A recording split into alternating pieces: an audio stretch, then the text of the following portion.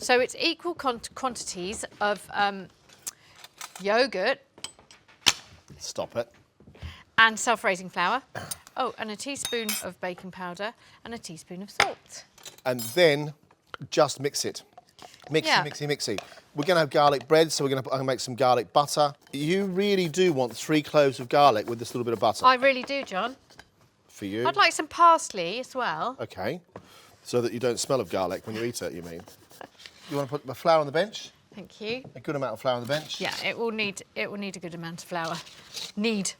It will need. Oh. I'm the one who's supposed to be doing the jokes. I know, you do the jokes. Stop it. Stop it, lock it in your pocket. Endless hours of fun mocking Tyrode's accent between you and the children. Actually, I had lots of people say to me, stop taking the mickey out of his accent. Why? That's half the fun. I think, one of the things that we've always said on our weekend kitchen is you must smile and laugh when you cook. The thing is that when you've got fun, you've got to smile, your food just tastes a little bit better. It really does. And, then it's no big deal. If something goes a bit wrong, it doesn't matter. So you're going to roll out your bread, because this is not just garlic bread. No, it's going to have some mozzarella cheese in it as well. But it's also a cheesy garlic swirl bread. It's a swirl, isn't it? It certainly is. Mozzarella cheese? Yeah. That's for you. A little sprinkle of mozzarella. I'm glad the garlic bread's coming back. It lost its way for a while, garlic bread. Do you think garlic bread did? Yeah. Well, I don't know what it was. It was sort of... So look, I'm just rolling. And then you just keep on stretching it and rolling it more, don't you? So it gets longer and longer and longer. And then I'm going to, where the crease is on the bottom, I'm sort of going to... Make sure it's stuck down. Yep, stick it down. Move it to a baking tray. Yep. Make it into a ring, like so. So I'm just going to wash my hands. Clean down the bench. So we're looking good. And then take a pair of scissors and just cut.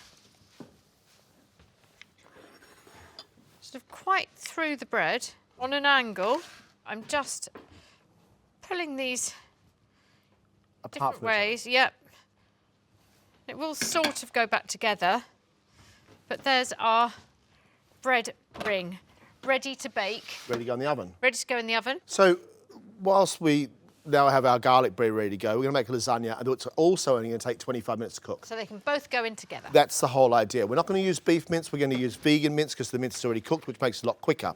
I'm going to make something called a Soffritto, which is a mixture of vegetables which is blended, and then it's going to be just fried in with some oil. And that's the basis of the lasagna sauce as such. So an onion, a couple of cloves of garlic, get your pan on. Could you put a little bit of oil in there, please, Lisa?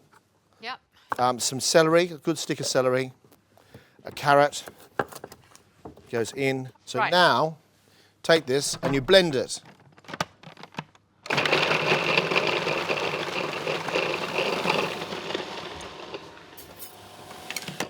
So it's literally a minced vegetable mixture. And so good for so many things. Yeah, it's a really good way, without the children knowing about it, they're going to be eating vegetables. Yeah, yeah. Really easy. Can I say, everybody please take your blade out before you try and put it into the pot. But you can pack that. You can put some courgettes in it as well. Oh yeah, that's any veg you want. Yeah. And especially with this, the mince, you can put any vegetables in there at all. Let that sit for a second. Seasoning at this stage is really, really important. This is where it all starts to come alive. So a good amount of salt, a good slide of pepper, and some mixed herbs, just dried mixed herbs. Gosh, smells good already. Amazing what a bit of garlic and onion can do with a house. It really is. So you want it to sort of the smell of cooked onions, because if it's raw onion, then it's going to be too harsh. Yeah, and even though it's really small and it does take less time to cook, don't scrimp on this time. It does need to cook. So the onions start to smell of cooked onions. Add to that our mince. Our vegan mince. And this is great because the mince is cooked, which means it doesn't take long at all. You don't have to wait for the beef to cook and all that sort of thing. We are not vegans. Nope. We are going to be using crème fraîche. We're going to be using cheese. However, we really like this stuff because actually it cooks quickly, and for the family, they really, really like. A good glug of red wine into the pan. You've got to let that alcohol burn out or boil out. It comes as soon as it gets hot, the alcohol starts to dissipate.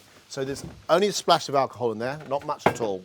There's also the acid which helps to bring it all together. A good squirt of tomato paste. 2 tins of tomatoes.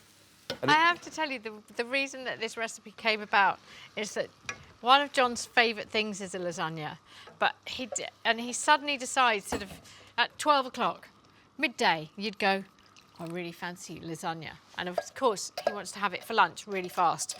And so this was how he came up with this, because he just went, okay, I need a cheats lasagna. I need to make it really fast. So this is it. That's it. Our sauce is ready to go. And then we take a dish. Yep. Any dish, good sized lasagna dish, so it still looks like it's going to be a lasagna. And this is how it works. No need to layer it at all. You take a lasagna sheet and you literally break the sheets up. Give it a stir. Some more lasagna sheets. I feel like you're dealing some cards. We're going to play Uno in a minute. No, that's one of those games that really takes the family apart. I mean, you know, when you get that 4, pick up 4, people get really angry, don't they? They do, John, don't they? Okay, Lisa, that's not very nice. Right, so now we've done that, let's going to put some of that into there. So we take the pasta sheets with the sauce into there. Sometimes I just use the same pot that I cook the sauce in and drop it straight in the oven, because then it's but this is just going to make it look pretty. There we are. And the sauce itself has to be quite wet, because it's going to take out those lasagna sheets. And then the next lot, do exactly the same. Just break it up. Who said lasagna was difficult? Turn it off. I think we've probably got quite a lot of sheets in here now. Beautiful, Johnny. perfect. So instead of bechamel, we're using a jar of crème fraîche. Crème fraîche is cream which has been cooked, and really, really, really, really versatile for lots of things. So instead of using a bechamel, all I do is take up a jar of crème fraîche and put some nice splodges across the top so that it can be used, and then just run the spoon across the top of it so that the crème fraîche coats the whole top. The whole top. Do a little bit more, but that's okay. Just a little bit more. There. And we'll sprinkle the whole thing with cheese. Look at that. So we've actually just made a whole tray of lasagna in a matter of minutes. That now goes into the oven for 25 minutes with our bread. There's our lasagna. Ready to go, all bubbling and rich. And here is our Come off. bread. Look at that. Got it? You can hear it there. No bechamel. Pick it up, and there we go. That. Look, you can see. So you can see. You don't need a layer, really. Well, you don't miss the layers. You don't miss it, definitely. No. Take another one to your little bowl, because I know how much you love it. That's for fantastic. you. That's for me. Gosh, it looks absolutely delicious. And when it's on the plate, you don't miss the layers, do you? No. And when it's in your tummy, you don't miss them either. I'm going in.